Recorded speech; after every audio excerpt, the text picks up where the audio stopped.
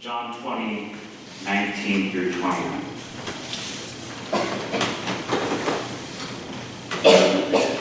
On the evening of the first day of the week, when the disciples were together, the doors locked for fear of the Jews, Jesus came and stood among them and said, "Peace be with you."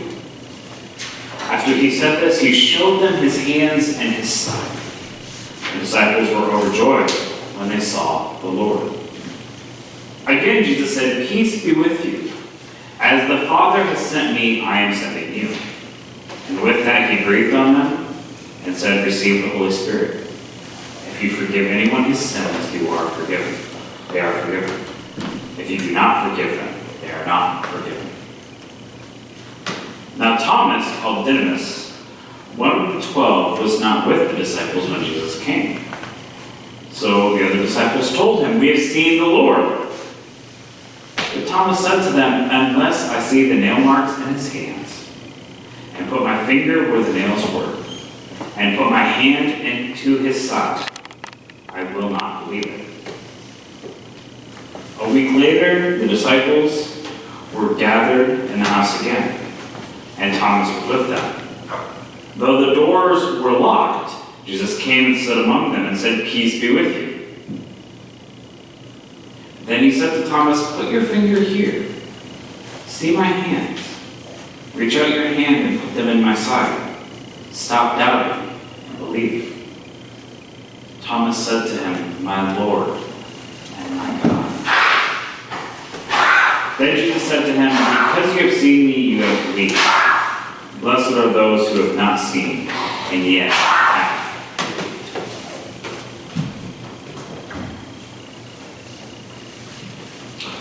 I'm going to do a pop quiz, and I haven't decided who I'm going to ask yet. I'm still figuring it out.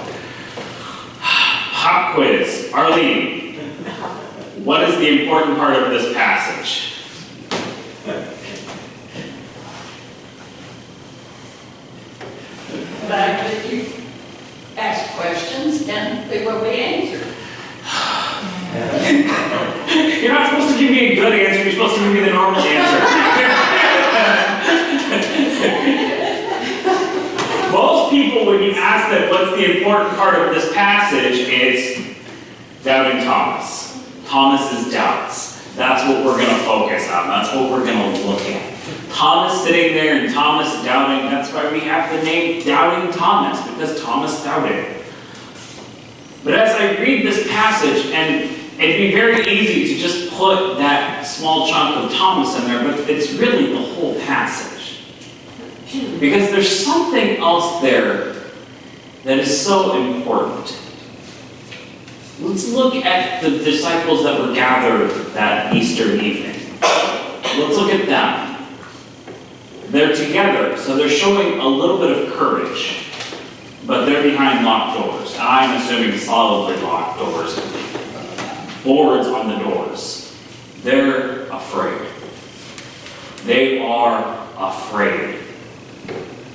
If I'd read verse 18, you'd have heard Mary tell them, "The Lord is come back." But they're hiding and cowering in fear. And we can assume, and if we look at Luke and John together, which maybe not supposed to do, but if we look at Luke and John together, we can see they didn't believe Mary either. So they're afraid. They're hiding behind closed doors. And they don't believe when Mary Magdalene tells them the Lord is risen. They don't believe. And then Jesus appears behind those closed doors. And he's basically like, "See, there's a hole.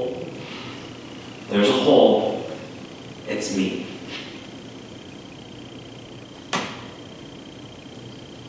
The disciples, the rest of the disciples, need that too. They don't believe when Mary Magdalene, whom they should have trusted, tells them. So they're afraid and they doubt. And then he is revealed.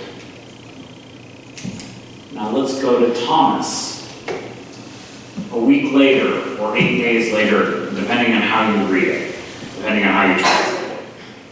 They're all together again.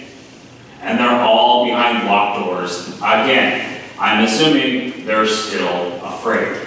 And so Thomas is also afraid. Just as afraid as the rest of them. Maybe even more so.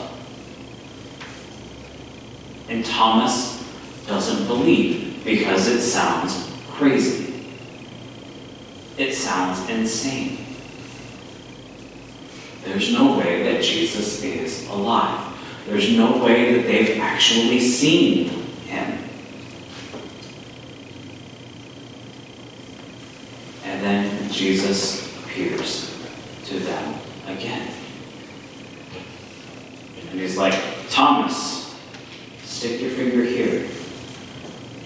Put your hand in my side. It is me. Believe. We're all ready to judge Thomas because he doubts. We don't have doubting disciple, we call it doubting Thomas, because Thomas is the only one that doubts according to our reading. But really, if you read it and are completely honest, all 11 of them doubted at a different point. The 10 remaining doubted when Mary Magdalene told them. We get into a long conversation about why they might not have believed her. If you read the passage in Luke, it said they thought she was talking crazy. We've heard that said about women before. They're talking crazy, they're crazy. No, she knows what she's talking about. Don't just write it off. So they doubted, and they needed the exact same thing Thomas did. Jesus showed him the hole in the hole. Thomas needed that too. His doubt wasn't extraordinary compared to everyone else's. The situation was different.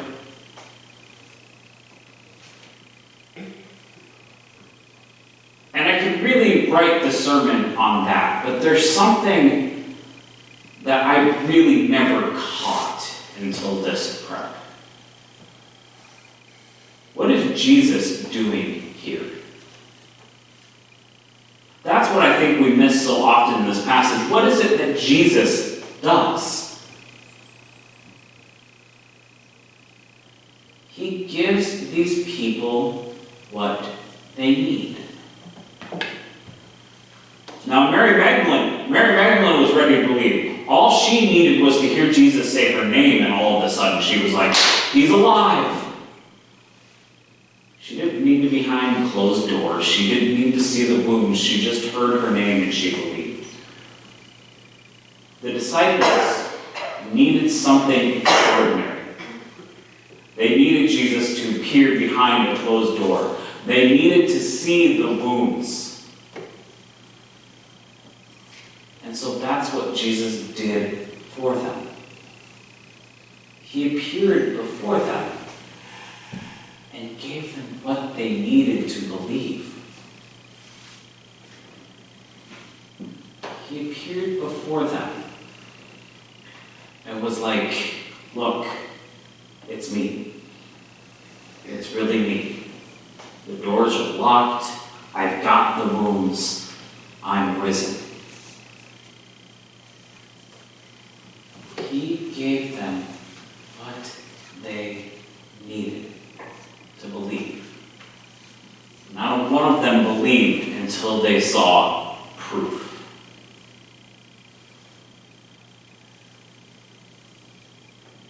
Now it's this point in this conversation where we're all probably ready to grab our torches and our pitchforks and say, all right, you're all doubters. Let's condemn them all. Let's just throw them all out.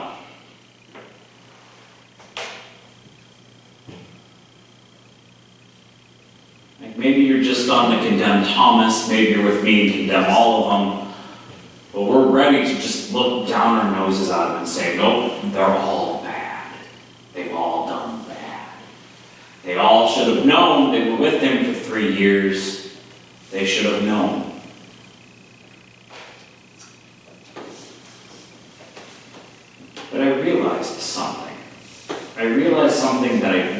realized before. How wonderful would it be to be Thomas in that moment? How wonderful would it be to gaze upon your risen Savior? How wonderful would it be to have Jesus come up to you and say, stick your finger in the hole. Stick your hand here. Know for real that I am risen. Have confirmation of everything you believe.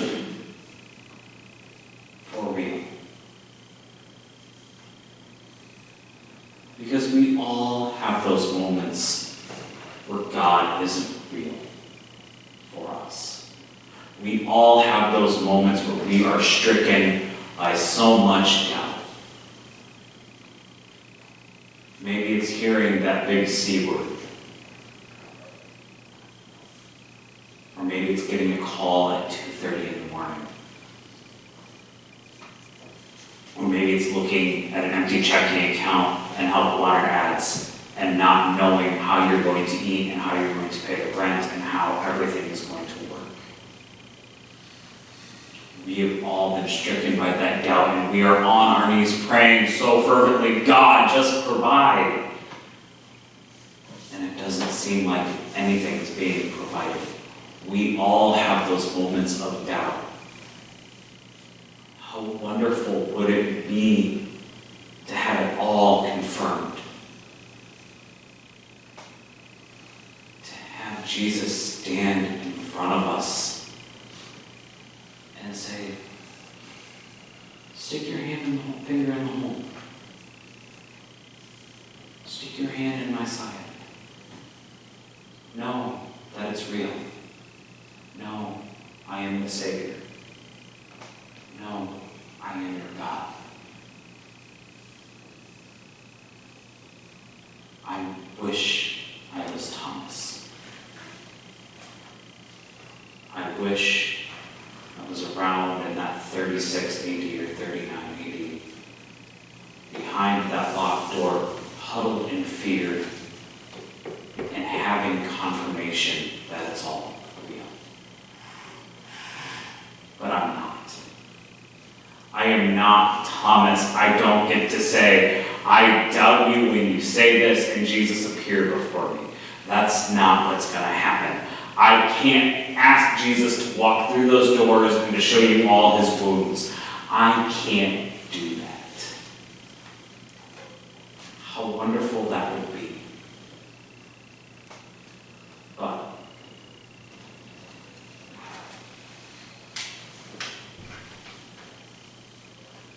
we have a record that we trust. We have the words of those who came before us. We have this. We have people who risked their lives to write this, to share this, to show us what happened.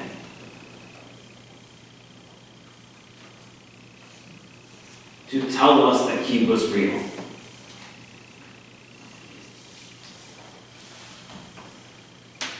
That verse 29, blessed are those who have not seen but still believe, or happy are those who have not seen yet still believe. How much joy and peace comes from our faith? How much joy and peace comes from knowing there is something greater?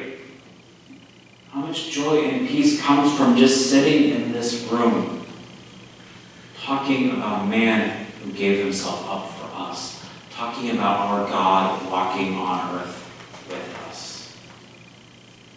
How much peace comes from that?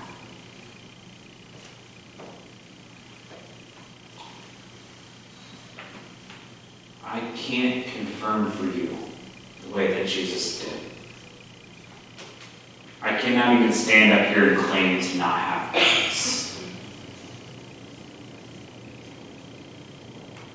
can't bring Jesus to you and say, yes, for sure, he is real. But I can stand up here and say, I have faith in that. I stake my life on that. And that brings me joy, and that brings me peace.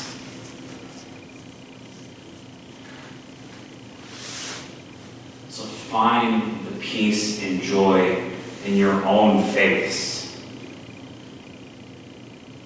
Blessed are those who have not seen and yet believe. You have not seen, and yet you believe. How wonderful it is to have faith in someone. Have faith in a love that you feel. How wonderful is our faith. So go in faith, joy, and peace. In the name of the Father, Son, and Holy Spirit.